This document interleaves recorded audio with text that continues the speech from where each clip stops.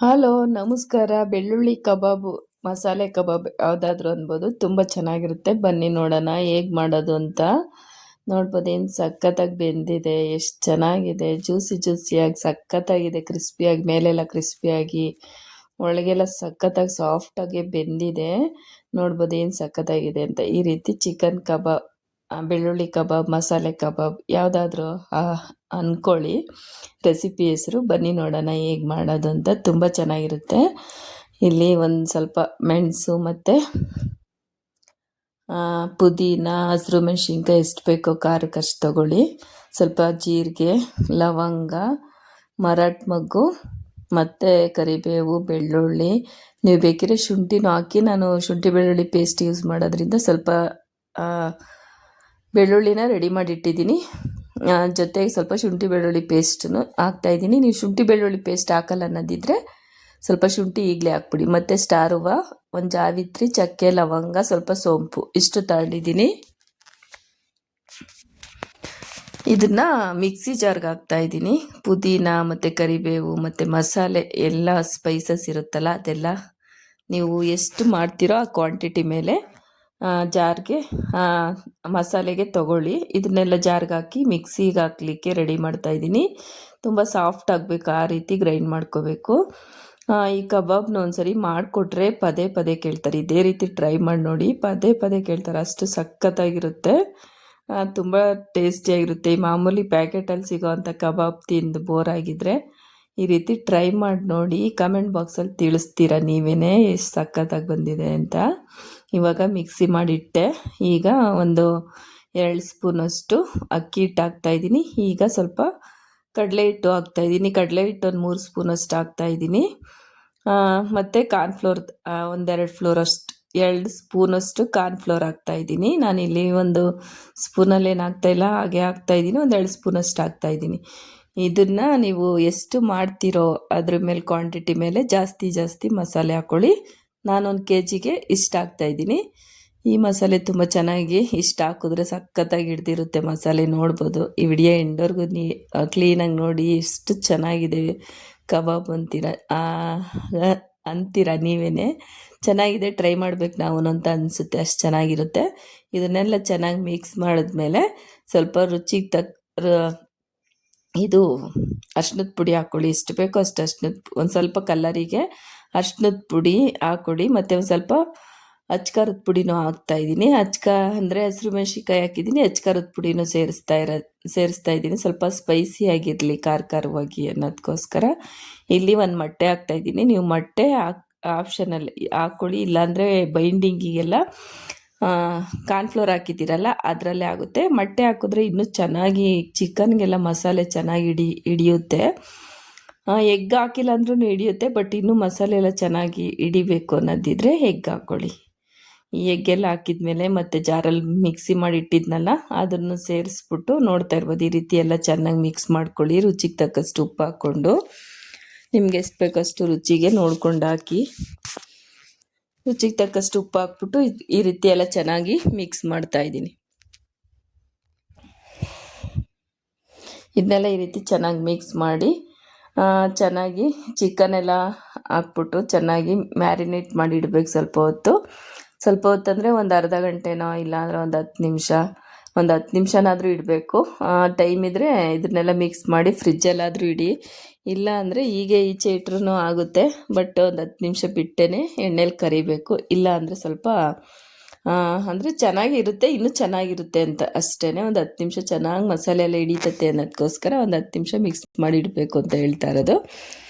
ಈಗ ಒಂದು ಸ್ವಲ್ಪ ಶುಂಠಿ ಬೆಳ್ಳುಳ್ಳಿ ಪೇಸ್ಟ್ ಅಂತ ಹೇಳಿದ್ನಲ್ವ, ಅದನ್ನು ಶುಂಠಿ ಬೆಳ್ಳುಳ್ಳಿ ಪೇಸ್ಟ್ ಸೇರಿಸ್ತಾ ಇದ್ದೀನಿ. ನೀವು ಶುಂಠಿ ಬೆಳ್ಳುಳ್ಳಿ ಪೇಸ್ಟಿಗೆ ಸೇರಿಸಲ್ಲ ಅನ್ನೋದಿದ್ದರೆ ಮಸಾಲೆ ರುಬ್ಬಕ್ಕಾಗ್ತಿರಲ್ಲ ಜಾರ್ಗೆ, ಆವಾಗಲೇ ಸ್ವಲ್ಪ ಶುಂಠಿ ಹಾಕ್ಕೊಳ್ಳಿ. ಮತ್ತು ಇದು ಜಾರಲ್ಲಿ ಇನ್ನು ಸ್ವಲ್ಪ ಇತ್ತು, ಎಲ್ಲ ನೀಟಾಗಿ ತೆಗ್ದಾಕ್ಬಿಟ್ಟು ಮಿಕ್ಸ್ ಮಾಡ್ತಾಯಿದ್ದೀನಿ. ಚಿಕನ್ ನೋಡ್ಬೋದು ಎಷ್ಟು ಸಖತ್ತಾಗಿದೆ. ಚಿಕನ್ನು ಅಷ್ಟೇ ತುಂಬ ಚೆನ್ನಾಗಿದೆ ಚಿಕನ್ನು. ಈ ಚಿಕನ್ 1 kg ಅಷ್ಟಿದೆ.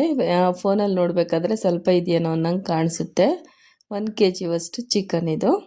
ಇದನ್ನೆಲ್ಲ ಹಾಕಿ ಚೆನ್ನಾಗಿ ಮಿಕ್ಸ್ ಮಾಡ್ತಾಯಿದ್ದೀನಿ. ನಾನು ತಗೊಂಡಿರೋ ಕ್ವಾಂಟಿಟಿಗೆ ಮಸಾಲೆ ನೋಡ್ಬೋದು ಚಿಕನ್ಗೆಲ್ಲ ಎಷ್ಟು ಸಖತ್ತಾಗಿ ಹಿಡಿಯುತ್ತೆ ಅಂತ. ಖಾರವಾಗಿ ತುಂಬ ಸ್ಪೈಸಿಯಾಗಿ ತಿನ್ನಬೇಕು ಅನ್ನೋರು ಈ ರೀತಿ ಟ್ರೈ ಮಾಡಿ ನೋಡಿ, ತುಂಬ ಚೆನ್ನಾಗಿ ಬರುತ್ತೆ. ಇದನ್ನೆಲ್ಲ ಈ ರೀತಿ ಮಿಕ್ಸ್ ಮಾಡಿ ಇಡ್ತಾ ಇದ್ದೀನಿ. ನೋಡ್ತಾ ಇರ್ಬೋದು ಈ ರೀತಿ ಮಸಾಲೆ ಎಲ್ಲ ಹಿಡಿತಾ ಇದೆ ಚಿಕನ್ಗೆ ಅಂತ. ಚೆನ್ನಾಗಿ ಬೈಂಡಿಂಗ್ ಎಲ್ಲ ಬರುತ್ತೆ.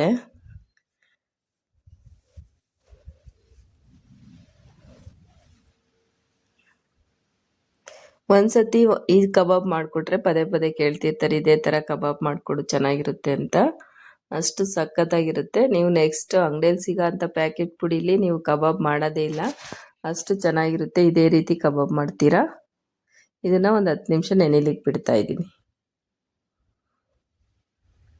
ಎಷ್ಟು ಸಖತ್ತಾಗಿ ಕಾಣ್ತಿದೆ ನೋಡಿ. ಅದೇ ತುಂಬ ಚೆನ್ನಾಗಿ ಬರುತ್ತೆ. ಇದೇ ಥರ ಟ್ರೈ ಮಾಡಿ. ಯಾರೆಲ್ಲ ನೋಡ್ತಿದ್ದೀರಾ ಒಂದು ಲೈಕ್ ಮಾಡಿ, ಸಬ್ಸ್ಕ್ರೈಬ್ ಮಾಡಿಲ್ಲ ಅಂದರೆ ಸಬ್ಸ್ಕ್ರೈಬ್ ಮಾಡ್ಕೊಂಡು ನೋಡಿ.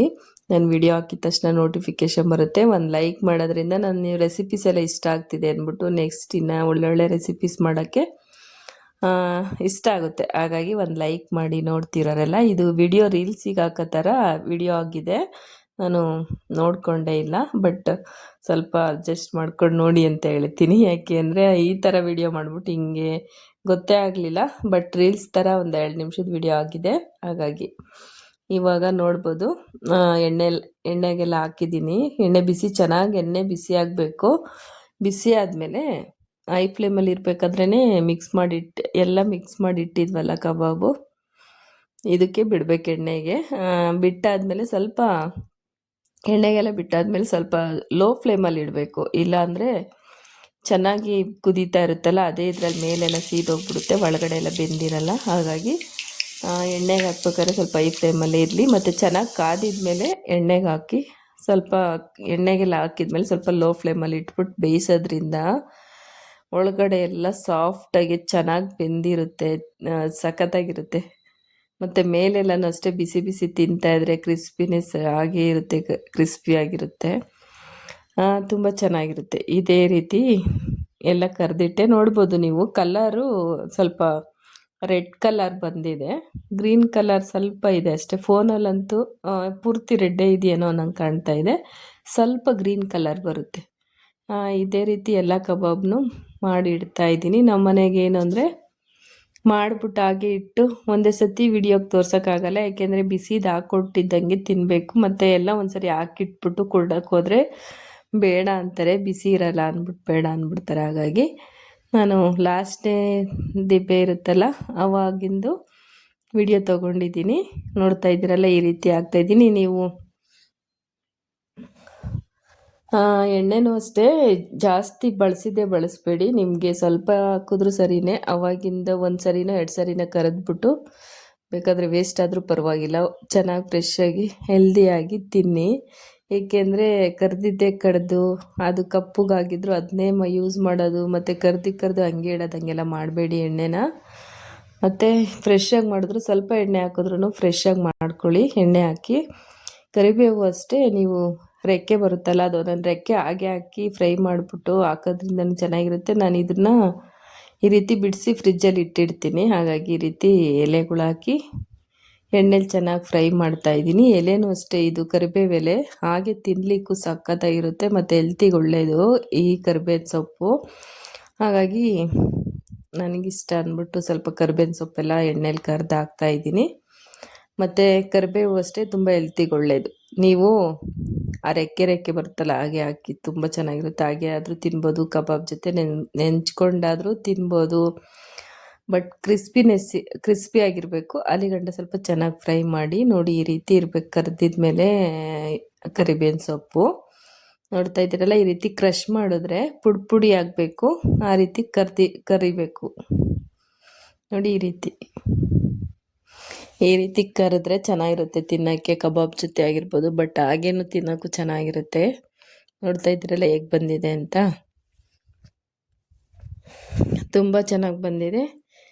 ನೀವು ಒಂದ್ಸರಿ ಟ್ರೈ ಮಾಡಿ, ಇದೇ ರೀತಿ ಟ್ರೈ ಮಾಡಿ ಕಮೆಂಟ್ ಬಾಕ್ಸಲ್ಲಿ ತಿಳಿಸಿ ಹೇಗೆ ಬಂದಿದೆ ಅಂತ. ನನ್ನ ವಿಡಿಯೋ ಯಾರೆಲ್ಲ ನೋಡ್ತಿದ್ದೀರಾ, ಲೈಕ್ ಮಾಡಿಲ್ಲ ಅಂದರೆ ಈಗಲೇ ಒಂದು ಲೈಕ್ ಮಾಡಿ, ಸಬ್ಸ್ಕ್ರೈಬ್ ಮಾಡ್ಕೊಂಡು ನೋಡಿ. ಆಗಲೇ ಹೇಳ್ದಂಗೆ ನೀವು ಲೈಕ್ ಮಾಡೋದ್ರಿಂದ ನಂಗೆ ವಿಡಿಯೋ ಹಾಕಬೇಕು ಅನಿಸುತ್ತೆ. Thank you.